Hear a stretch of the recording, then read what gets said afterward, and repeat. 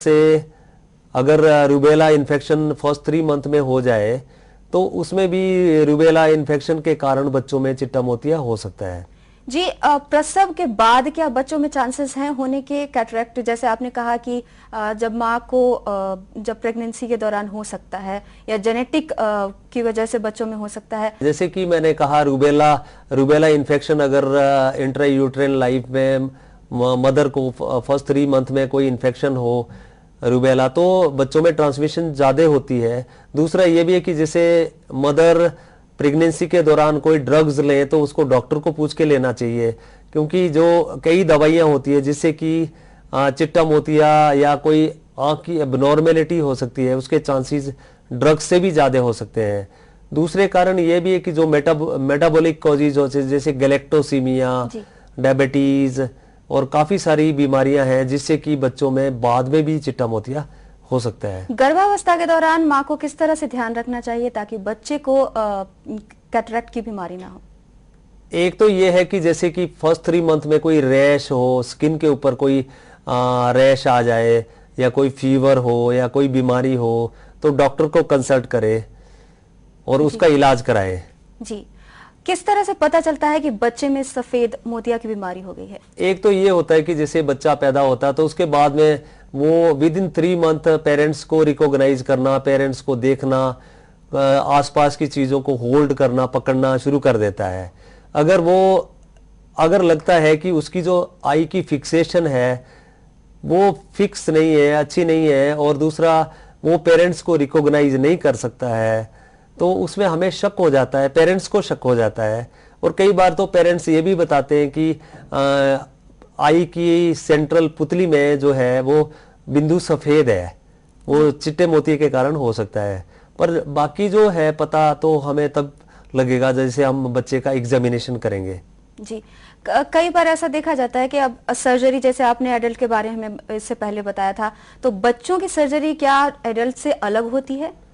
बच्चों की सर्जरी हर एक आदमी नहीं कर सकता है। अगर हर एक आई स्पेशलिस्ट जिसने स्पेशल ट्रेनिंग बच्चों की सर्जरी की हो, क्योंकि इसमें बच्चों की सर्जरी में हमें बहुत सारी चीजें डिसाइड करनी पड़ती है, जैसे कि इसमें हमें लेंस लगाना है या इंट्राओकुलर लेंस को नहीं लगाना है, या मतलब इसमें किस तरह का लेंस लगाना है। जैसे कि सपोज करो आंख की लंबाई अगर छोटी हो तो लेंस नहीं लगाते हैं बच्चों में, क्योंकि जो आम आई की जो ग्रोथ है वो 12 साल तक पैदा होने के बाद में 12 साल तक चलती रहती है। तो हमें बहुत सारे फैक्टर डिसाइड करने पड़ते हैं। वैसे भी जो कॉम्प्लिकेशन रेट है वो बच्चों की सर्जरी में ज़्यादा है। इवन लेंस फिट करने के बाद में, लेंस लगाने के बाद में जो झिल्ली है वो बच्चों में बार बार आ सकती है कितना, और दूसरा जो चश्मे का नंबर है वो बार बार बदल जाता है, क्योंकि उसमें मतलब आंख की जो लंबाई है, आंख की लंबाई तो बढ़ती रहती है 12 से 12 साल तक जैसे बढ़ती रहती है। जी, कुरुक्षेत्र से हमें सुलक्षणा नैन का ईमेल आया है। वो कहती है कि वो 3 महीने से उन्होंने गर्भाधारण किया हुआ है और उन्हें कई बार ना स्किन की प्रॉब्लम हो रही है, तो क्या इससे उनके बच्चों को कैटरेक्ट की बीमारी हो सकती है? ये कोई जरूरी नहीं है कि हर एक मदर को जिनको कि फर्स्ट 3 मंथ में स्किन की बीमारी हो उनको कैटरेक्ट हो जाए, पर डेफिनेटली आई थिंक उनको दिखाना चाहिए किसी गायनेकोलॉजिस्ट को, और गायनेकोलॉजिस्ट या मेडिसिन के डॉक्टर को दिखाना चाहिए कि ऐसी बात क्यों है। जी, अगर बच्चों में कैटरेक्ट की बीमारी हो जाती है तो क्या उनके जो लेंसेस सर्जरी करते हैं तो उनके लेंसेस के टाइप भी अलग अलग होते हैं? बच्चों में क्योंकि आंख की लंबाई और ग्रोथ जो है वो होती रहती है इसलिए हम जो मल्टीफोकल जो लेंसेज जो एडल्ट में लगाते हैं वो हमें मतलब फर्स्ट 8 इयर्स में, पहले 8 साल की उम्र तक हम आमतौर पे नहीं लगाते हैं। जी, बच्चों के लिए लेंसेस लगाने के लिए जो आप लेंस लगाते हैं तो क्या उसके बाद उन्हें चश्मा लगाना पड़ता है? चश्मा आमतौर पे बच्चों को लगाना पड़ता है, क्योंकि जो जैसे मैंने बताया कि ग्रोथ के कारण उसके नंबर में वेरिएशंस आती रहती है। जी डॉक्टर, बच्चों को कैटरेक्ट से बचाने के लिए क्या कुछ उपाय है? क्या उनको दवा से ठीक किया जा सकता है? कोई ऐसी दवा नहीं होती है जो मतलब बच्चे को मतलब कैटरेक्ट होने से प्रिवेंट कर सके, पर इसमें तो हमें सिर्फ प्रिकॉशंस ही है, जैसे कि रूबेला है जो मदर को ड्यूरिंग प्रेगनेंसी होता है, या दूसरा डायरिया है पर्टिकुलरली, जी। उसको भी मतलब इतना ना हो कि उसको डिहाइड्रेशन ही हो जाए, या उससे भी मतलब कैटरेक्ट ज्यादा होने के चांसेस होते हैं। और प्रेगनेंसी में आमतौर पे जैसे ड्रग्स है, जी। उससे भी मतलब दवाई लेने से भी कोई एबनॉर्मेलिटी और कैटरेक्ट के होने की संभावना ज्यादा हो जाते हैं। और जेनेटिक कॉजेज को तो हम हो सकता है फ्यूचर में हम काफी इसको प्रिवेंट कर सकें, या इसके लिए इलाज निकलेगा। जैसा कि आपने कहा है कि उनको अगर माँ गर्भावस्था के दौरान कोई दवा लेती है तो उससे भी उसे बीमारी हो सकती है। कितनी संभावना है कि बच्चों में कैटरैक्ट हो जाए उससे? कैटरेक्ट होने के जो चांसेस है काफी बढ़ जाते हैं, अगर वो ऐसी कुछ दवाइयां दी जाएं जो जिसको कि नहीं देना चाहिए। पर आमतौर पे जो आजकल डॉक्टर है वो भी ऐसी दवाई प्रेगनेंसी में नहीं देगा जिससे कि कॉम्प्लिकेशन या मदर को जो साइड इफेक्ट होने के कारण बच्चे को कैटरेक्ट हो जाए। ऐसी ड्रग्स डॉक्टर्स को पता होती जी है। डॉक्टर, जब आप सर्जरी करते हो बच्चों की तो उस दौरान आप क्या प्रिकॉशन लेते हैं ताकि बच्चों की विजन जो है वापस लौट जाए, और कितना सक्सेसफुल होता है वो सर्जरी? जो सर्जरी जो बच्चों की है ये काफी मेटिकुलस होनी चाहिए। हम अंडर ऑपरेटिंग माइक्रोस्कोप जो है सर्जरी करते हैं, काफी जो चिट्टा मोतिया है पूरा निकाल देते हैं, और लेंस काफी प्रिसाइजली पूरे ठीक तरीके से फिट करते हैं।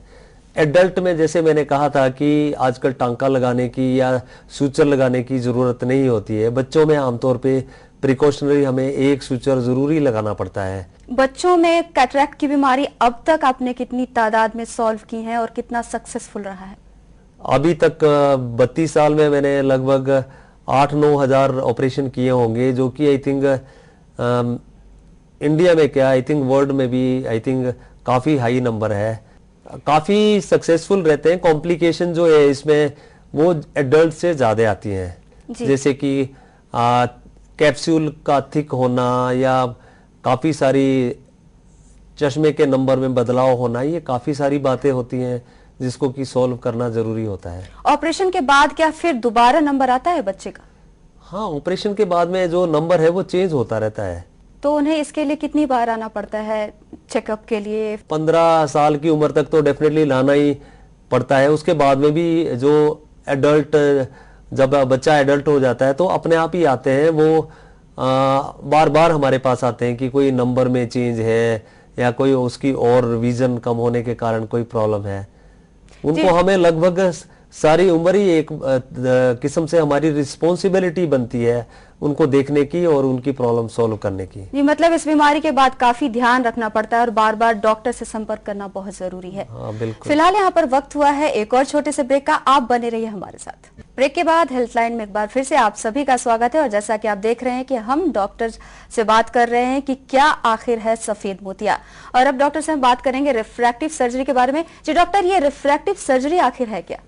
आजकल जैसे कि पहले तो ये बोलते थे कि जो कॉर्नियल सर्जरी है, जो मायोपिया के लिए, हाइपरमेट्रोपिया, जिनका प्लस लेंस होता है, माइनस लेंस जो बाहर लगाते हैं, या मतलब जिनको एस्टिग्मेटिज्म होता है जो सिलेंड्रिकल नंबर होता है, पहले तो इतने तक ही ये सीमित थी कि इसको रिफ्रैक्टिव सर्जरी कहते थे। आजकल तो जो कैटरेक्ट सर्जरी है वो भी एक रिफ्रैक्टिव सर्जरी है। जैसे मैंने पहले आपको कहा था कि जो सिलेंड्रिकल नंबर जो जिन कैटरेक्ट मरीज को होता है तो उसको हम टोरिक लेंसेज, इंट्राओकुलर लेंसेज से हम उसको सोल्व कर सकते हैं, या toric intraocular lens cataract surgery के बाद में लगाने से वो ठीक हो जाता है। तो ये जो सर्जरी है रिफ्रैक्टिव सर्जरी, जिनको कि मायोपिया होता है, माइनस नंबर होता है जी, और दूसरा जो हाइपरमेट्रोपिया जिनका प्लस नंबर होता है। तो ये रिफ्रैक्टिव एरर क्या होता है?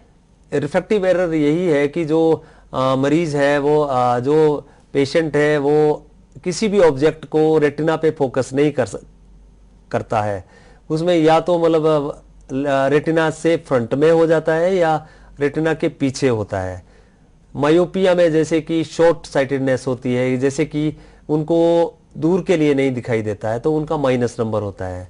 और प्लस नंबर वाले जो लोग होते हैं उनको नजदीक के लिए भी दिक्कत आती है, दूर के लिए भी प्रॉब्लम होती है जी।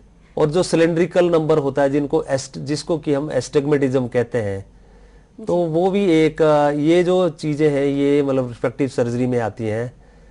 जी, चश्मा उतारने के लिए क्या रिफ्रैक्टिव सर्जरी की मदद ली जाती है? हाँ, चश्मा उतारने के लिए आमतौर पे तो हम ये देखते हैं कि कब करनी चाहिए। एक तो ये कि जो नंबर है वो स्थिर होना जरूरी होता है।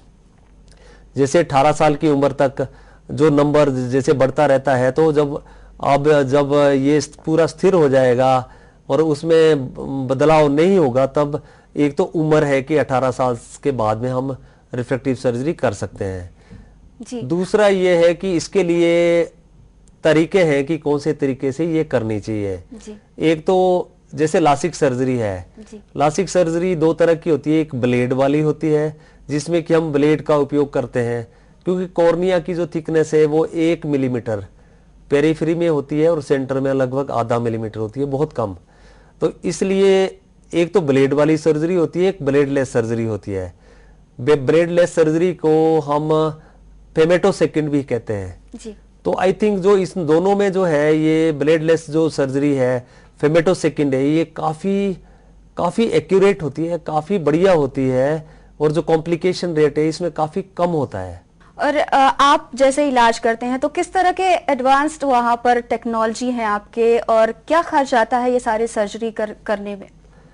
इस पे जो हमारे पास है, आई थिंक पीजीआई में हमारे पास एट प्रेजेंट जो फेमेटोसेकंड है, एडवांस्ड फेमेटोसेकंड है, वो एशिया में पहली ऐसी मशीन है जिसके जरिए ब्लेडलेस या ब्लेड के बिना जी। सिर्फ लेजर से कॉर्नियल सर्जरी हो सकती है, और उसकी एक्यूरेसी काफी ज्यादा है। जो हमारा सक्सेस रेट है वो काफी हाई है, क्योंकि ये ब्लेडलेस सर्जरी है और इसको हम फेमेटोसेकंड लासिक कहते हैं।